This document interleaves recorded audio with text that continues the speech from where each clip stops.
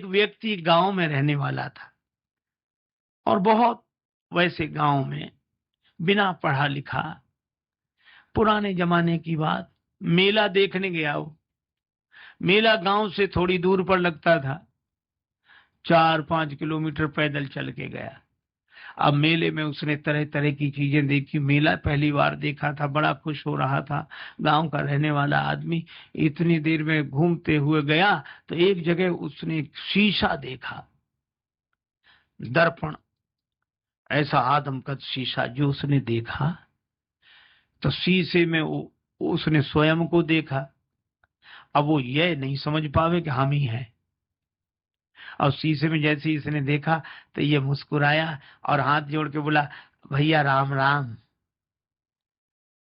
तो उधर से भी मुस्कुराहट दिखी, भैया राम राम। इसने कहा वाह वाह, बड़े अच्छे भाई साहब हैं, पहली बार मिलने में भी इतने प्रेम से। अब ये कहे और भैया सब ठीक है, तो वो भी ऐसे कहे। बस दुकानदार से बोला, ये भाई साहब कितने के दिए? दुकानदार ने सोचा चाहे कोई दर्पण समझ के ले, चाहे भाई साहब हमें तो पैसे से मतलब, बोले 2 रुपए के। तो वो मेले के लिए जितना खर्चा लाया था उसने 2 रुपए उसी को दे दिए और दर्पण हाथ में लिया। अब भाई साहब को बार बार देखे, बड़ा खुश हो। कृषक एक सीसा ले घर आयो, कृषक एक सीसा ले घर आयो, अपनों सो प्रिय साथी पाके, हेरी हेरी हर सायो। कृषक एक सीसा ले घर आयो, कृषक एक सीसा ले घर आयो। तन मन धन दर्पण पे वारे, दिन में कीतिक बार निहारे, बार बार नतमस्तक है के, बैठक में लटकायो। कृषक एक शीशा ले घर, शीशा लेकर आया, बैठक में लटका दिया। अब वो तन मन धन दर्पण पे वारे, दिन में केतिक बार निहारे, अपनों सौ प्रिय साथी पाके, हेरे हेरे हर्षाए। अब भीतर पत्नी के पास बैठे और थोड़ी देर में गए, अच्छा 1 मिनट रुको अभी आया। फिर जाए, और भैया अच्छी तरह हो, बढ़िया है। फिर लौट कर आ जाए और मन में सोचे बड़े अच्छे भाई साहब है, ना खाते हैं ना पीते हैं और हमेशा मुस्कुराते रहते हैं, प्रसन्न रहते हैं, बहुत अच्छे हैं भैया, वाह वाह। फिर जाए फिर आ जाए। अब दिन में 2-3 बार ऐसे ही करे तो पत्नी को लगा कि पहले तो ये कभी ऐसे जाते नहीं थे, ये जाते कहाँ है। ठीक है, ये जब बाजार जाएंगे तब मैं देखूंगी।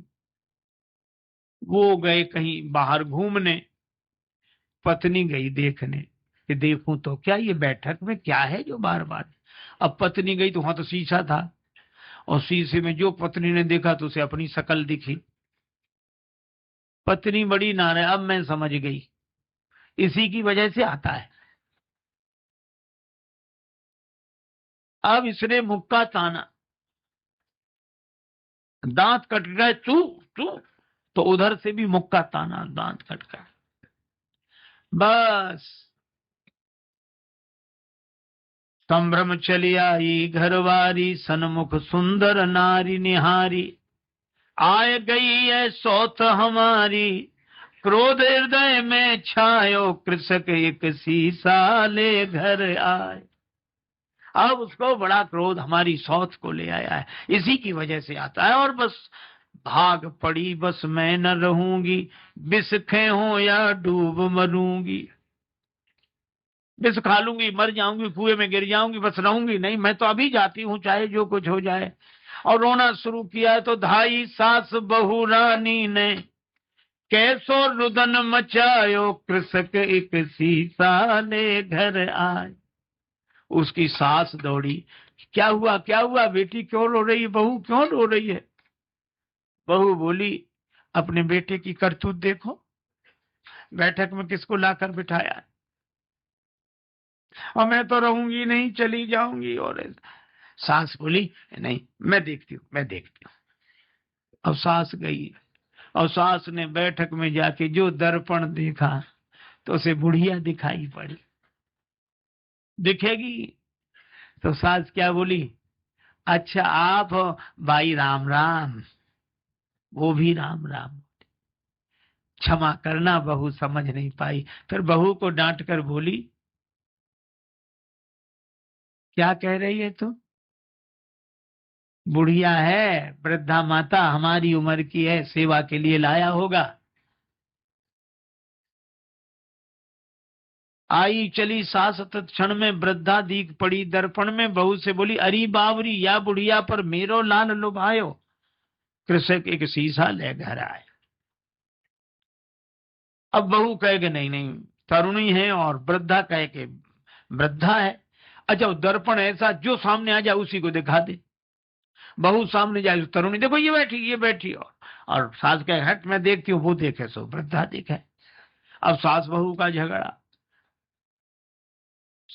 का झगड़ा आके ससुर निवारो। ससुर ने कहा क्या है मैं देखता हूं, क्यों ये कलह मचा रखा है। अब ससुर आया, ससुर ने कहा तुम दोनों अलग हो। अब ससुर ने जो देखा दर्पण, तो उसे बूढ़ा आदमी दिखाई पड़ा। तो ससुर बोला, अरे भैया राम राम, आप हो, माफ करना ये समझती नहीं है। दोनों को फटकारा।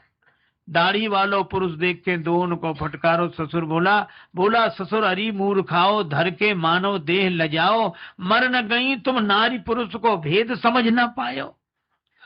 तुम स्त्री पुरुष का भेद नहीं समझ सकी।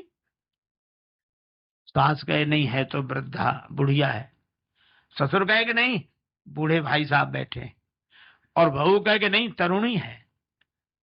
अच्छा अब एक बात बताओ, इनमें कौन आदमी गलत बोल रहा है? कोई गलत नहीं बोल रहा है, पर प्रश्न ये कौन सही बोल रहा है? कोई सही नहीं बोल रहा है और कोई गलत नहीं बोल रहा है। इतने में वो व्यक्ति आ गया, गांव में गया था घूमकर। क्या है? मां बोली बैठक में किसको बिठाया है? वो बोला हमारे भाई साहब हैं। बहू बोली भाई साहब है। एक तरुणी को लाकर बिठाया। वृद्धा बोली नहीं वृद्धा है। और ससुर कहे, वो पिता कहे कि नहीं वृद्ध व्यक्ति है। वो कहे नहीं हमारी तरह युवक हैं। अब जो दर्पण के सामने जाए दर्पण उसी का चेहरा दिखा दे। अच्छा अब आप बताओ, शीशा से बनते शुभ दर्शन तापे मचो घोर संघर्ष। और इसके हाथ में जाए शीशा, उसके हाथ में जाए, इसके हाथ में जाए, और ऐसे हाथों में जाते शीशा गिर गया, टूट कर टुकड़े टुकड़े हो गया। और जैसे ही दर्पण टूट गया तो दो बचे कि एक ही। फिर दूसरा कोई था ही नहीं, न भाई साहब, न तरुणी, न वृद्धा, न वो वृद्ध व्यक्ति। एक ही था और एक ही है और एक ही। देखो कितनी अद्भुत बात। इसी तरह वह एक अद्वैत परमात्मा ही है। प्रेम में वह अनन्यता में एक होकर रहता है, ज्ञान में वह अद्वैत में एक होकर रहता है। ये तो माया के दर्पण के कारण द्वैत की अनुभूति हमें होती है, और हम अपने ही उस चेहरे को एक में दो देख लेते हैं, भाई साहब और ये और वो, सब सारा संसार बन जाता है। लेकिन एक आदमी की अंगूठी खो गई, बड़ा परेशान। एक महात्मा मिले, महाराज मेरी अंगूठी खो गई, आप तो सर्वज्ञ हैं, सब जानते हैं, तो बताएं मेरी अंगूठी कहाँ है, बड़ी कृपा होगी। महात्मा बोले मैं बता दूंगा। तो बताओ महाराज कहाँ रह गई? कुर्ते की जेब में है, तकिए के नीचे है, कि मकान में रह गई, कहाँ रह गई? अंगूठी मिल नहीं रही। महात्मा बोले अंगूठी कहीं भी हो, पर जहां भी होगी सोने में ही होगी। अंगूठी सोने से अलग हो ही नहीं सकती है? और सच्ची बात है, हम सबसे अलग हो सकते हैं पर भगवान से अलग हो ही नहीं सकते।